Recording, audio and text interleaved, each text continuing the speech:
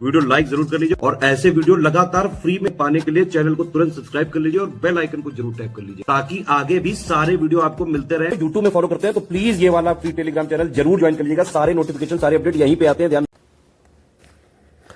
नमस्कार साथियों, स्वागत है आपका स्टेट बीसीएस प्रिपरेशन पे। हम लोग यहाँ पर पढ़ाई कर रहे हैं। जो ग्राम पंचायत अधिकारी परीक्षा होने वाली है 27 अप्रैल को, उसके लिए लगातार हम लोग यहाँ मेहनत कर रहे हैं, क्लासेस ले रहे हैं। उसी क्रम में अगर आप यहाँ देखें तो आज जो है हमने जो पिछली क्लास में हमने आरटीआई को स्टार्ट किया था, आज हम उसको फिनिश करेंगे और आरटीआई के जो अगले नियम हैं उनको जानने का प्रयास करेंगे। चलिए, तो अब हम देखेंगे सूचना मिलने की समय सीमा। इससे पहले की क्लास में हमने सूचना किस किस तरीके से दी जा सकती है, फीस कितनी रहती है ना, बीपीएल कार्ड धारकों के लिए फीस क्या होगी, इस सारी चीज़ें देखी थी। देखो, सूचना का अधिकार अधिनियम के अंतर्गत किसी भी आवेदन करने वाले व्यक्ति को आवेदन करने के 30 दिनों के भीतर सूचना उपलब्ध करवाई जाएगी। तो पहली चीज़ आपको ध्यान रखनी है कि सूचना कितने दिन में आपको उपलब्ध कराई जाएगी? 30 दिन में। यदि किसी व्यक्ति के जीवन या उसकी स्वतंत्रता से संबंधित कोई सूचना है तो ये उसे 48 आवर्स में ही दी जाएगी। ठीक है, अगर बात उसकी जीवन की आ जाए तो। यदि सूचना के लिए आवेदन पत्र सहायक लोक सूचना अधिकारी को दिया गया है तो सूचना उपलब्ध कराने की अवधि 5 दिन और जोड़ ली जाएगी। यदि किसी सूचना को उपलब्ध कराने के लिए और शुल्क जमा करने का निर्णय लिया गया है तो यह निर्णय लिए जाने की तिथि से शुल्क राशि जमा कराने की तिथि तक को अवधि को 30 दिन की समय अवधि में शामिल किया जाएगा। ये नियम है, आपको समझ लेना है इनको, ये आपके फील्ड में भी काम आएंगे। यदि दी जाने वाली सूचना में तीसरे पक्ष का भी हित है तो सूचना देने की अवधि 40 दिन हो सकती है। मानवीय अधिकारों के हनन से संबंधित सूचना केंद्रीय सूचना आयोग या राज्य सूचना आयोग के अनुमोदन के बाद 45 दिन में उपलब्ध करवाई जाएगी। ठीक है, याद रखना है आपको।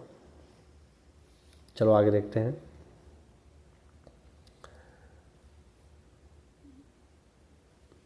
अब अपील की व्यवस्था। अपील की व्यवस्था क्या है? मान लीजिए आपने किसी आरटीआई का जवाब दिया और उस जवाब से सामने वाला पक्ष संतुष्ट नहीं है। बहुत बार नहीं होता है, नॉर्मल सी बात है ये। संतुष्ट लोग कहाँ होते हैं, है ना? इतना ही संतुष्ट होता तो आरटीआई डालता क्यों? यदि किसी लोक सूचना अधिकारी निर्धारित समय तक आवेदन को सूचना नहीं देता या वह लोक सूचना अधिकारी के आदेश से संतुष्ट नहीं है तो निर्धारित अवधि के बाद 30 दिनों में वह अपील अधिकारी के सामने अपील प्रस्तुत कर सकता है। लेकिन यदि अपील अधिकारी संतुष्ट हो तो वह 30 दिन के बाद भी अपील को स्वीकार कर सकता है। अपील अधिकारी आवेदन प्राप्ति के 30 दिन के अंदर अपील का निस्तारण करेगा। अधिक समय लगने जो कि 45 दिन से अधिक का नहीं होगा, वह लिखित में कारण दर्ज करेगा। अब मान लो आप अपील अधिकारी के फैसले से भी संतुष्ट नहीं हो। अगर कोई व्यक्ति अपील अधिकारी के फैसले से भी संतुष्ट नहीं है या अपील अधिकारी निर्णय नहीं ले पाता तो वह दूसरी अपील सूचना आयोग को प्रस्तुत कर सकता है।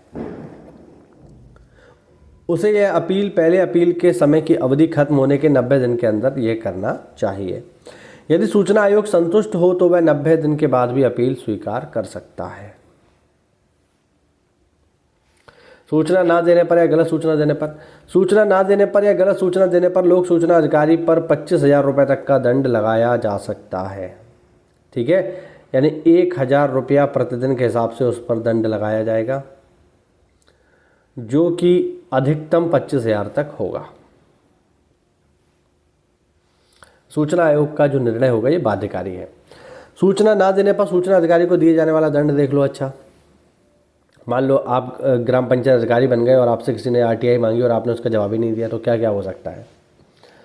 यदि किसी व्यक्ति के द्वारा अपील का निर्णय करते समय यदि सूचना आयोग यह तय करता है कि लोक सूचना अधिकारी ने बिना समुचित कारण के सूचना आवेदन लेने से मना कर दिया है। दूसरा, आवेदन को जानबूझकर अस्वीकार कर दिया है। तीसरा, निर्धारित समय में सूचना नहीं उपलब्ध करवाई है। चौथा, जानबूझकर अधूरी या गलत सूचना उपलब्ध करवाई है। चौथा, सूचना आवेदन की विषय वस्तु को नष्ट कर दिया है या सूचना उपलब्ध कराने में किसी प्रकार की बाधा डाली। इनमें से अगर कुछ भी आपने किया, अच्छा मैंने शायद ऊपर आपको जो है 1,000 रुपये प्रतिदिन बता दिया था, सॉरी वो 1,000 नहीं है, वो 250 रुपये प्रतिदिन है, सॉरी। ठीक है, 1,000 बता दिया था मैंने, वो 250 है। ठीक कर लेना, आपका ठीक क्या कर लोगे? अभी तो आप ये दिखाई दे रहा है आपको, तो साफ साफ दिखाई हुआ है।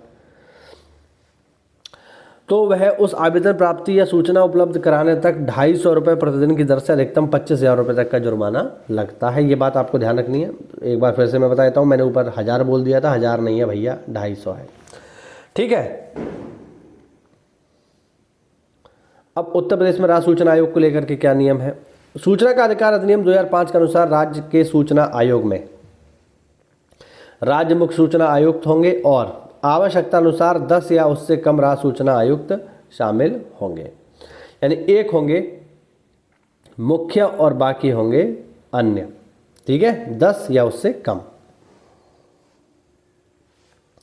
राज्य के मुख्य सूचना आयुक्त और राज्य सूचना आयुक्तों की नियुक्ति राज्यपाल द्वारा निम्नलिखित में से मिलकर समिति की सिफारिश के आधार पर की जाएगी। यानी नियुक्ति तो राज्यपाल ही करेंगे, लेकिन उनके नाम की जो सिफारिश है वो एक समिति करेगी, जिस समिति में मुख्यमंत्री जी होंगे अध्यक्ष, विधानसभा के विपक्ष के नेता होंगे और मुख्यमंत्री द्वारा नामित राज्य मंत्रिमंडल का एक मेंबर होगा। ये तीनों लोग मिलकर के बताएंगे कि आपके राज्य का मुख्य सूचना आयुक्त कौन बनेगा।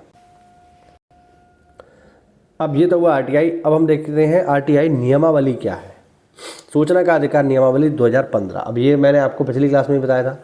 अगर ये पूछता है आरटीआई कब आई है, 2005 में आई है, लेकिन आरटीआई को लेकर नियमावली कब बनी है, तो 2015 में। उत्तर प्रदेश शासन द्वारा सूचना का अधिकार अधिनियम 2005 की धारा 27 के तहत उत्तर प्रदेश सूचना का अधिकार नियमावली 2015 को अनुमोदन प्रदान कर दिया गया है।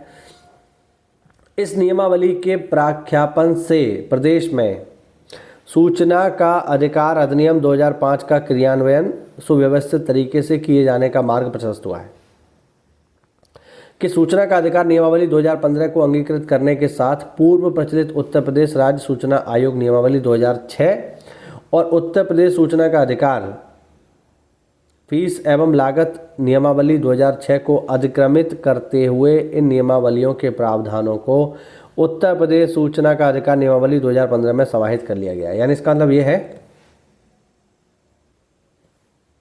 कि जब से 2015 वाली नियमावली आई है, तब से 2006 वाली नियमावली और 2005 वाली 2006 वाली जो नियमावली थी वो अब समाप्त हो चुकी है और वो 2015 में ही शामिल है। ठीक है, ध्यान रखना। सूचना का अधिकार नियमावली 2015 एक वृहद नियमावली है जिसमें अधिनियम के तहत किसी आवेदक द्वारा सूचना प्राप्त करने की प्रक्रिया को प्रारंभ से अंत तक परिभाषित करते हुए सुव्यवस्थित किया गया है। इस नियमावली के बनाने में यह प्रयास किया गया है कि सूचना का अधिकार अधिनियम 2005 के अंतर्गत संपूर्ण प्रक्रिया को जनमानस के लिए सरल तथा स्पष्ट बनाया जा सके ताकि जनसामान्य द्वारा अधिनियम की मूल भावना के अनुसार सुव्यवस्थित तरीके से सूचना प्राप्त की जा सके। सूचना का अधिकार नियमावली 2015 की प्रमुख विशेषताएं निम्न प्रकार हैं। पहला, किसी आवेदक द्वारा जन सूचना अधिकारी के समक्ष प्रस्तुत किए जाने वाले आवेदन का प्रारूप निर्धारित किया गया है। मैंने कल वीडियो में आपको दिखाया था, नहीं देखा है जाके देख लेना, ताकि जन सूचना अधिकारी के समक्ष सभी आवश्यक विवरण उपलब्ध हो सकें और उस आवेदक से अनावश्यक पत्र व्यवहार न करना पड़े।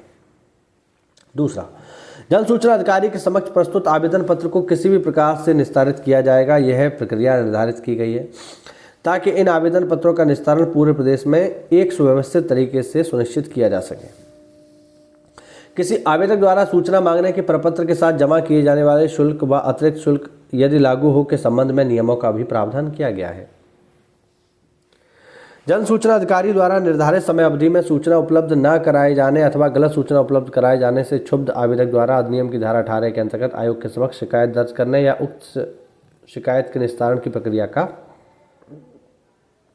निर्धारण किया गया है। जन सूचना अधिकारी के समक्ष अधिनियम के प्रावधानों के तहत सूचना उपलब्ध कराए जाने के आवेदन पत्र पर लिए गए निर्णय से क्षुब्ध होकर अधिनियम की धारा 19(1) के तहत प्रथम अपीली अधिकारी के समक्ष प्रथम अपील दायर करने की प्रक्रिया का निर्धारण किया गया है। अब ये आपको ध्यान रखना है। देखो, ये आपको ध्यान रखना है। जैसे पेपर में क्या पूछेगा, पेपर में पूछेगा कि प्रथम अपीली अधिकारी के समक्ष जाने के लिए आरटीआई जो नियमावली है उसकी किस धारा में नियम है, तो आप धारा 19(1) के अंतर्गत अगर किसी आरटीआई का जवाब दिया गया है और आप उससे संतुष्ट नहीं हैं तो फिर आप अपील दायर कर सकते हैं। ठीक है। हाँ, अगर प्रथम अपीली अधिकारी के फैसले से भी आप संतुष्ट नहीं हैं, बिल्कुल लोग संतुष्ट नहीं होते हैं, तो धारा 19(3) के अंतर्गत आप राज्य सूचना आयोग के समक्ष दूसरी अपील कर सकते हो। ठीक है, बात समझ पा रहे हो कि नहीं? सुनवाई के दौरान आयोग के द्वारा नोटिस जारी किए जाने की प्रक्रिया, विभिन्न पक्षों की सुनवाई में उपस्थिति से संबंधित प्रक्रिया, सुनवाई के स्थगन की प्रक्रिया, सुनवाई को आयोग के एक पीठासीन अधिकारी से दूसरे पीठासीन अधिकारी को अंतरित किए जाने की प्रक्रिया का निर्धारण नियमावली में किया गया है।